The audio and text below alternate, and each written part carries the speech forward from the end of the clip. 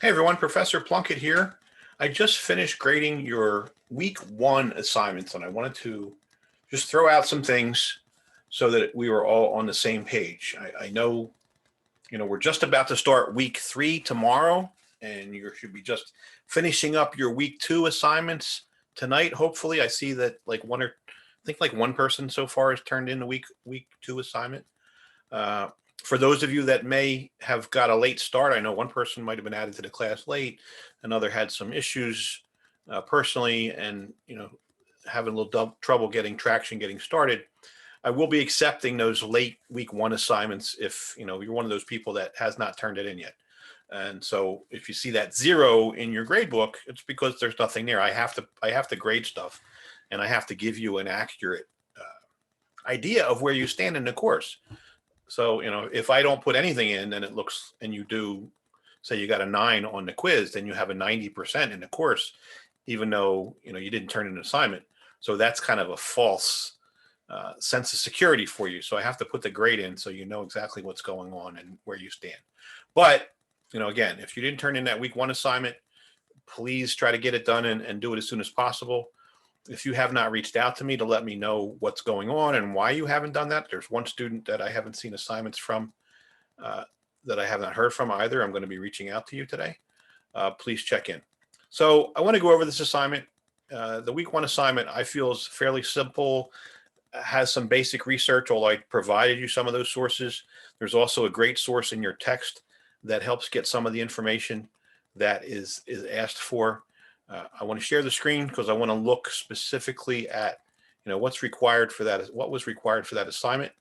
But I also want to look at, after that, I can't look at somebody else's, one of your student papers because I can't share them with everybody else. But I'll look at one of my papers from a different class in my PhD program just to show you some of the APA style stuff. Won't be related specifically to your answers, but it's there. All right, so this assignment basically had 4 fairly simple questions. The first 3 kind of just require you to find some data and information, and you could have done that in a variety of ways. And some people wrote out the question and said, how many police officers in the city? And then they put a sentence, there are 6,500 officers. And I see variations of that number, 6,300, 6,500, it depends where on the Philadelphia Police website you got the information, because some people will put a combination of the police and the non-sworn personnel. And I'm not too concerned that number is perfect, because we know that the website is not perfect, because you could say there's 6,500 officers in the Philadelphia Police Department, and they could have just hired 100 to put them in the academy, and 6 people could have retired. So that number is not going to be correct on pretty much any given day. You're not going to know. Unless somebody finds for me a resource that actually shows day by day the number of officers. One good source for the number of officers would be the UCR, because police departments, when they do the UCR, have to report as of the end of the year how many sworn police officers that they have and how many non-sworn personnel. So you could look up the UCR and look at, pretty sure you could actually look at the 2020 preliminary data, should be up there. And if not, you can go to 2019. I need to rewrite this question here because I say 2017, and some people defaulted that and didn't follow the most recent. But you can find that, and it'll tell you that the end of 2019, Philadelphia Police Department had 6,325 officers and 400 non-sworn personnel. I just made those numbers up, but it will tell you that. So some people just put those numbers. Now, what you need to put with those numbers is an in-text citation according to proper APA style of where you got that information. So if you got it from the Philadelphia Police website, then you need to look up how you properly cite the website. If you got it from the UCR website, you need to properly cite that website. But there needs to be an in-text citation next to where that data is. Second question is, what is the population of the city? Now, there's a variety of places you can get this information. It is somewhere in the Philadelphia Police website. It is also in the UCR data, but you could also get it from the United States Census Bureau. Wherever you get it, I need to see an in-text citation that shows me where you got it. And again, you could write that. That could just be a sentence. There are 1.5 million people living in the city of Philadelphia. You know, that's the regular population. Now, what I didn't ask, which probably is an interesting question, although a little bit different with COVID, is what is, like, say, the daytime population? Because in the daytime, you have, if it wasn't for COVID, in the daytime, you have, you know, hundreds of thousands of people that are coming into the city to work in the high rises and in stores and, you know, whatever. And some of them, many of them are not city residents like myself. You know, when I go into Pierce College, whenever we get to go back, you know, I will add to the number of people that are on the population during the daytime. So, for example, in the town that I worked in as a police officer, we had a population based upon census data of about 30,000 people. It's probably up to 50 now, but the daytime population, because we had a whole lot of strip malls, commercial parks, there was a lot of people that came into Mount Laurel to work that didn't live there, and probably our daytime population was upwards of 150,000 people. So you can guess that Philadelphia's regular population is 1.5 million, but it could be 2 million or more that are actually present in the city on a regular day pre-COVID. So you got to cite that data. And then what is the crime rate for the following most recent data available? Overall crime, violent crime, homicide, nonviolent crime. Okay, pretty much everybody answered this question. Some went a little bit further and gave us like the whole list of crimes that were in the UCR. And most of you gave the total numbers. Now, the question probably is a little bit tricky, but if you read the chapter and read the information about UCR and how crime data is reported, you would know that a crime rate is not that total number. Say 14,000 crimes occurred in Philadelphia in 2017, but the crime rate, I think one person actually did this, is the number of crimes per 100,000 people in the population. So if there's 14,000 crimes, the number per person per 100,000 people is going to be significantly less than that, since we have 100 or 1.5 million people. And you could, you know, if you're strong in math, you could calculate that out with your handy dandy calculator. Or if you go to UCR usually reports that information as part of its data. So one of the things that we wanted you to do here was to really go in and look to see what is in the UCR and how is it reported, what information is available to you. So you could actually get that without having to use your calculator. A crime rate would be listed there. So for example, the president wants to get, in the first 100 days of office, he wants to get 100 million vaccines. That's 1 million per day. That's probably not a good way to say the rate, but it doesn't tell, what it doesn't tell us is how many per person. That's a whole different mathematical equation. I wanted to come up with something that was simple. I'm not a math major either, but I'm pretty good at it. So, and 1.5 is not necessarily a good thing to use, but let's say 1.5 million people, and we had 15,000 crimes. So that's a thing that we could look at. 15,000 crimes, 1.5 million people. That's more like what, 15 per 100,000, or it could be 150. Again, where the zeros go, but you get the point. So it's how many, a rate is how many per 100,000 people. And like I said, it's usually listed in the UCR, so you don't have to calculate it as I was trying to do. And then question 4 finally was based upon the information that you have found in your research. Is the police department the right size to deal with the issues in the community? Would you make it larger or smaller? And then the real important question here is why? So, a lot of people looked and for a variety of reasons said, although we have 1.5 million people and only 6,500 cops. That's only like 200. One person said 238. The other person said 252. So I don't know which number is accurate without calculating it. But 252 people per cop.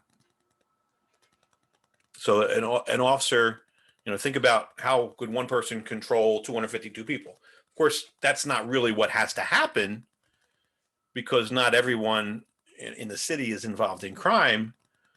So if we could actually look at a different number, if we could look at the percentage of the population that actually commits crime and figure out what that number is, that's a whole nother calculation. So it's, cop per criminal. Is there 14 criminals per cop? What is there? It's obviously significantly less than that 252 number. But that was one thing that people were using. So a ratio between the number of cops versus the people that they have to protect. And that's one way of looking at it. But is just looking at the numbers an appropriate way to figure out whether there are enough police officers? As one person said, and I'm not sure, I really want to see more in-depth explanation for question number 4. One person said, well, I think we have enough cops because there's a lot of stuff going on between the police and the minority community, and we got enough cops. But they didn't explain what we would do with just keeping the cops where they are in numbers, and how we would then affect crime, how we would reduce crime. Nobody said that we should lessen it, but one person actually said we should keep it the same. And that could be a very valid answer, but you need to explain why, other than saying, well, cops are fighting with people, because that doesn't explain how we're going to reduce crime.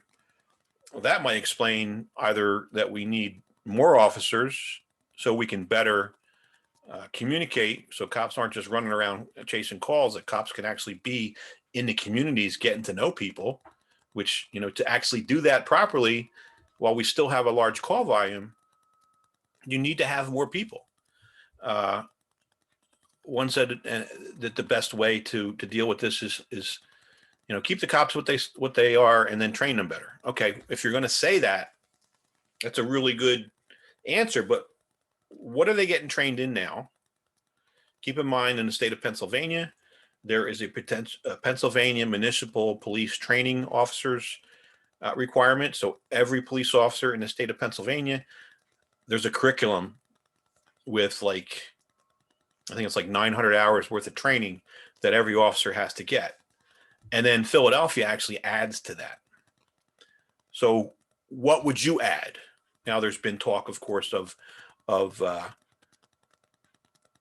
de-escalation training, which is a really important thing. There's been talk about training in implicit bias, which is an important thing to look at. And all those things are currently being built in or brought back into the Philadelphia Police Department. I was actually shocked to hear in some of the media reports after one of the shootings a few months ago in the city, and I'm sorry, I don't remember the gentleman's name, who was shot by the police officers, who had some mental issues, but it was threatening his family with a knife, and then he allegedly came after the officers with a knife. And their only option at that moment was to shoot him, because neither one of the officers had a taser on them, and they were in the open being chased by the guy. But there was a cry for, why couldn't they do something different? Why couldn't they de-escalate? And apparently some of the training that is recommended today, Philadelphia Police Department had it in place, but then stopped doing it for some reason. And then and of course, who decides that? That's decided by, people at the top when you're eliminating something from the training curriculum. And the other thing was the number of tasers. Neither one of these two cops that were involved in that particular shooting had a taser on them. So, it's quite possible that if somebody had a taser, they could have dropped that guy with a taser without creating any injuries, gotten the knife off of him. End of story. But that didn't happen. They wound up shooting him and unfortunately killing him.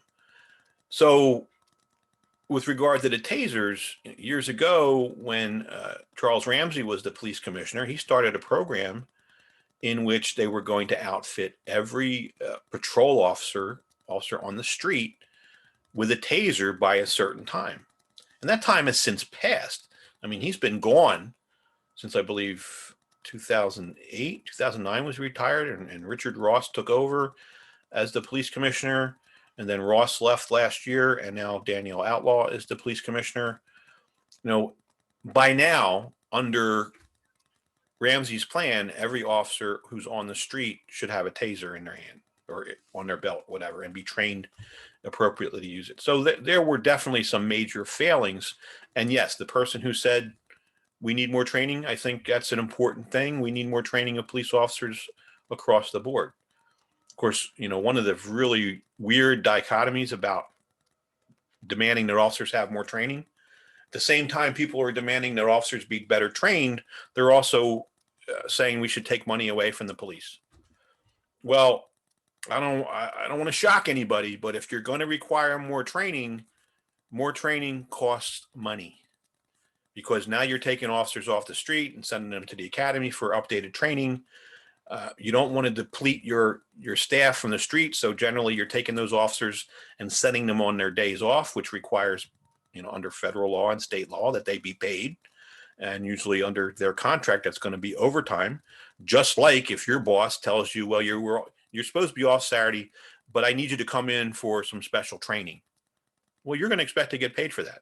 And the same thing happens with police officers. So, as you may recall, in response to all the, the stuff about George Floyd and racial inequities and systemic racism within the police department, and Philadelphia's unfortunately bad response to the protests in the city, city council in September reduced the police department's budget.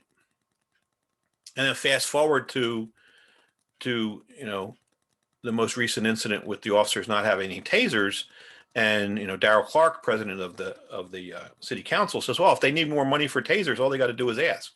Well, 3 months ago you cut the budget. So sometimes it seems like the people in the political folks do things to quell complaints without thinking ahead. So here we have, they cut the budget, and now all of a sudden they're saying, we can add more money for tasers. Well, why didn't you think about that before? So what I really wanted to see in this assignment was, certainly report the data, questions 1, 2, and 3. And again, you could have written a question and then the answer, or as some people did, you could have created, a paragraph that laid out all that information. It didn't matter the format that you used, as long as you were able to provide the information. But then for question number 4, I wanted to really see a little bit more depth. The answer, you're going to say, well, I don't think the police department's the right size. I think it should be larger. I think it should be smaller. And then the requirement, the last question, is why. You need to explain why besides just the numbers, why should this police department be larger?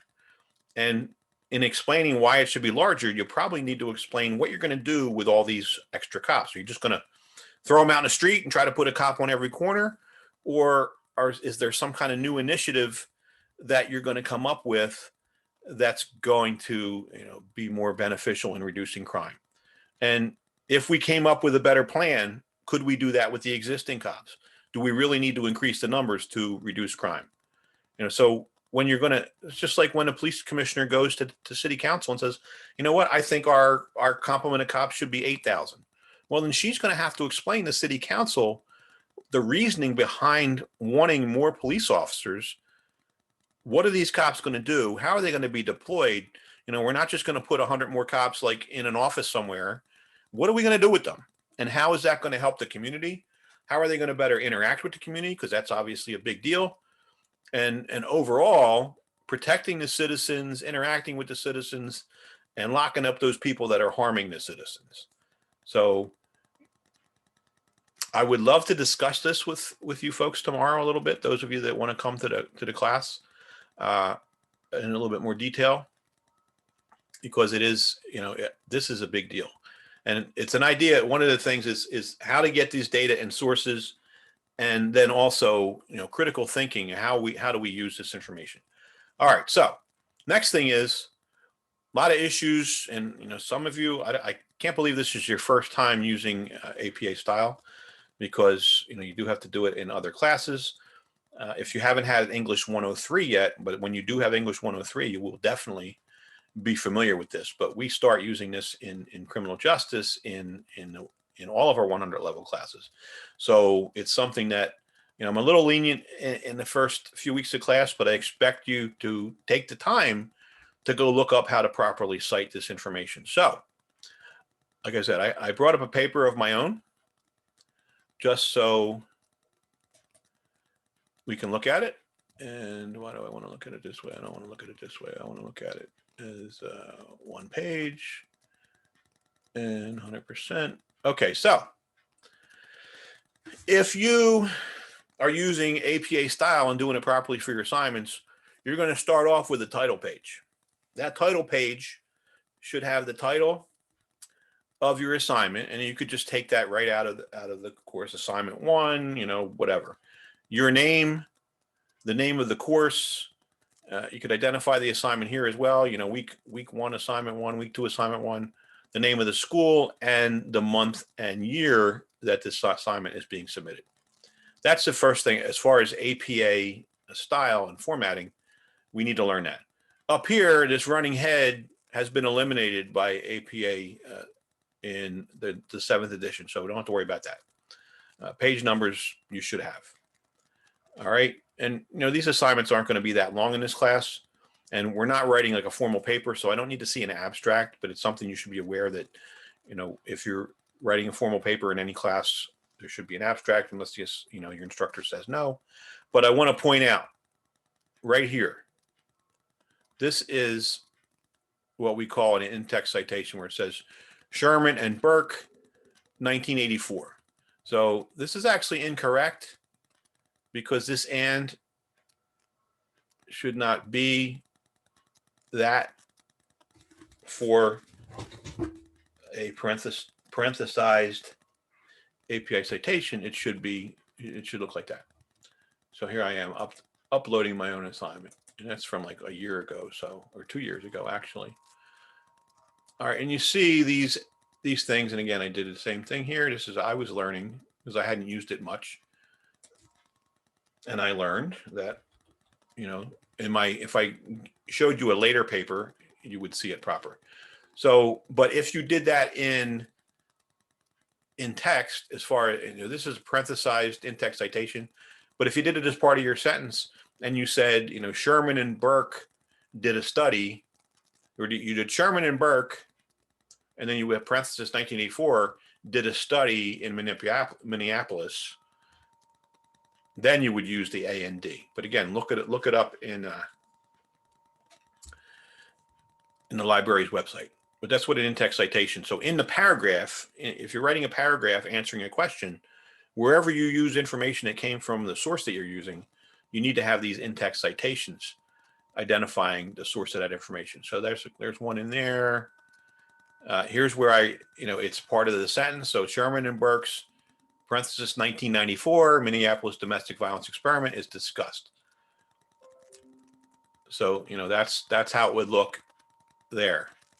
Let's see if we have some more in here. Now here's Sherman 2018. This is the same Sherman, but this is a document he wrote by himself. It's an in-text citation from his 2018 study or paper. We talk about Nettleton 2017. Again, this is using the name as part of my sentence. Ariel 2013. So you see these in-text citations. Depending upon how you do it, it's either going to be in parentheses like this one here, Sherman 2018, or it's going to be Sherman. Like say this one is a different document with Sherman. Sherman et al. Parenthesis 2013 found that there was evidence that these conferences may reduce reoffending. So this is just some examples, but the library website has all that for you. So as you can see, throughout the paper, and this is much longer than your assignments, but throughout the paper are these citations. Wherever I'm using information from one of my sources, I'm going to have a citation for that. So your assignments are only going to be like 2 pages or something like that, depending upon what it is. But then at the end of your assignment, the last page should have this reference list, and it should be titled References. That's the proper APA style title for that page. And then you should have all of the references that you used in the assignment listed here, and they are supposed to be in alphabetical order. You see I have an issue here where Milwaukee should always be capitalized. And there's examples of this at the library's website to make it simpler for you. So if you're using, say, this is a journal article, you see it has the names of all the authors with their first name, their initials, as you can see, and then the date of publication, the title of the article, and usually the title of the article, only the first letter is capitalized until there's punctuation. So here's a colon, and then we start with a capital A, and we go through here. But if it's a proper name like Milwaukee, that should be capitalized. And then period at the end of the title of the document or journal article. And then you have the title of the publication. So this is a journal, comes out quarterly. The title of the journal is in italics. And then you have to identify the issue and the release, and then the page numbers. And if it has a DOI, the DOI number goes down here. But this is all on the Pierce College Library website, but I just wanted to bring it to your attention that this is the format that you have to have. And you see, I had a lot of sources for that particular paper.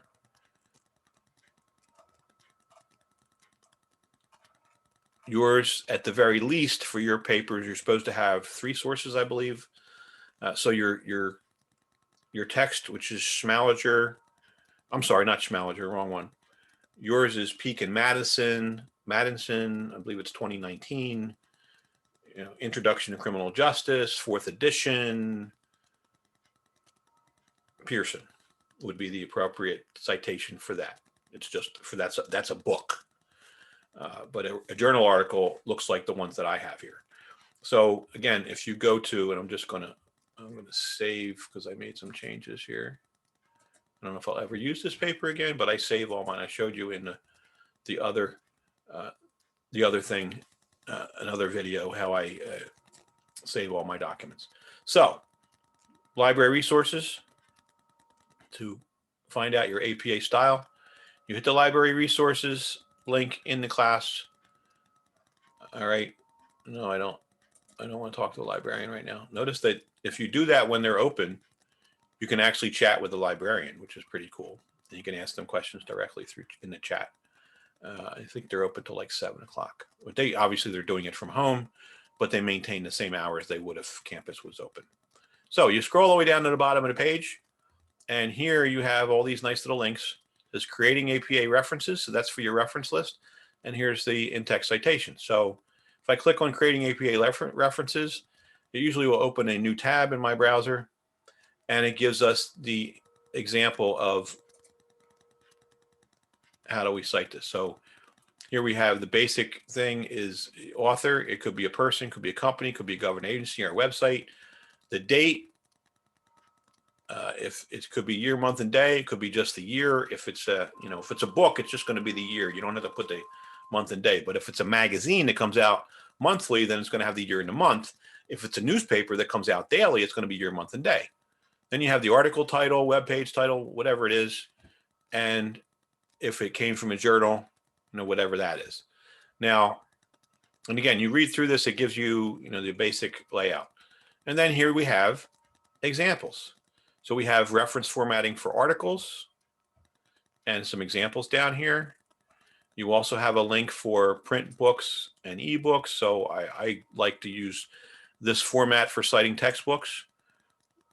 All right, and here's an example down here. And it tells you with a DOI, without a DOI, if it's an edited book, which edited book means that you have somebody listed as the editor, but then every chapter is written by somebody, by a different person. Multiple authors. If you're citing an article or chapter in a specific book, there's a way to do that. So there's all these examples about how you should properly cite. So one of the simplest things to do is figure out, well, what I have. If it's your textbook, I would use the print book or ebooks. If you do a search and you find a journal article, newspaper article, whatever, I would use this link. If you're using a government report document, it's this link. If you're doing something off of YouTube, it's this link, audiovisual media, tell you how to do that. I just did that. If you're just citing a website, and a lot of people are citing websites, but they're not doing it right, here's how you cite a website. So if it's a web page on a news website, a lot of times they're going to be an author to the article. So you need to cite, the full thing, and then the website just comes at the end. If it's a group author, you do it this way. It's a web page on a website with individual author, website on a web page with no date. So, this is how you do a website. This is the reference list entry. All right. So people are just putting URLs in the reference list. That's not the right way. Personal communication is like if you interviewed somebody over the phone, or you got an email from somebody that you reached out to somebody and said, well, maybe you have a friend who's high up in the police department. He's like, how many cops do you have? And they responded back to you. Well, there's a way to cite the personal communication where you're just citing the person's last name, personal communication, a month and a day, and there's an example. So, and that doesn't have to go in your reference list. So that's an interesting thing. So if you happen to know Commissioner Outlaw and you called her up and say, how many cops you got on the force? And she said 6,500. Well, right after you said, Philadelphia Police Department has 6,500 officers, you would list D Outlaw, personal communication, and the month, the day, and year that you talked to her, just like this example right here. And that's all you need and that would be an in-text citation right after the sentence where you said there were 6,500 cops. Whether you did it in a phone call or an email, that's the way it gets cited. Now, rarely do I ever see anybody doing that kind of thing, but in one of our classes, you're required to interview somebody in your field, and that's how you if you're doing it over the phone or in email, that would be how you cite it. Social media. So if you're citing something from Facebook, Twitter, whatever, there's actually a way to do that. Legal information, and either they're paralegal students, or if you want to cite specific statutes or like Supreme Court cases, decisions, what have you, this is how that stuff gets done. All right. So I wanted to bring that to your attention because some folks might not know how to do it yet, because this is your first class in criminal justice and maybe nobody required it of you. And moving forward, all of your classes are going to require citations. So those citations need to be in your discussion responses and also in your assignments.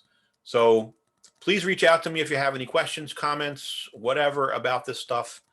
And I'll be more than happy to have a conversation with you, either in the Canvas inbox, or if we need to set up a time for a phone call or a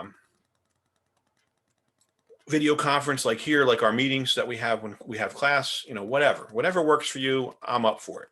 And time is probably no object, because I can meet pretty much any time, unless I have a conflicting meeting or something. I can meet with you. If you don't get off from work till 10 o'clock at night and you want to meet at 10:30, I'm good. I just come into my little office here, and which unfortunately is not near the school, and we'll have that. We'll do that. All right. I'm going to stop recording. Again, reach out if you have any questions or you have any problems. Thank you very much. Take care.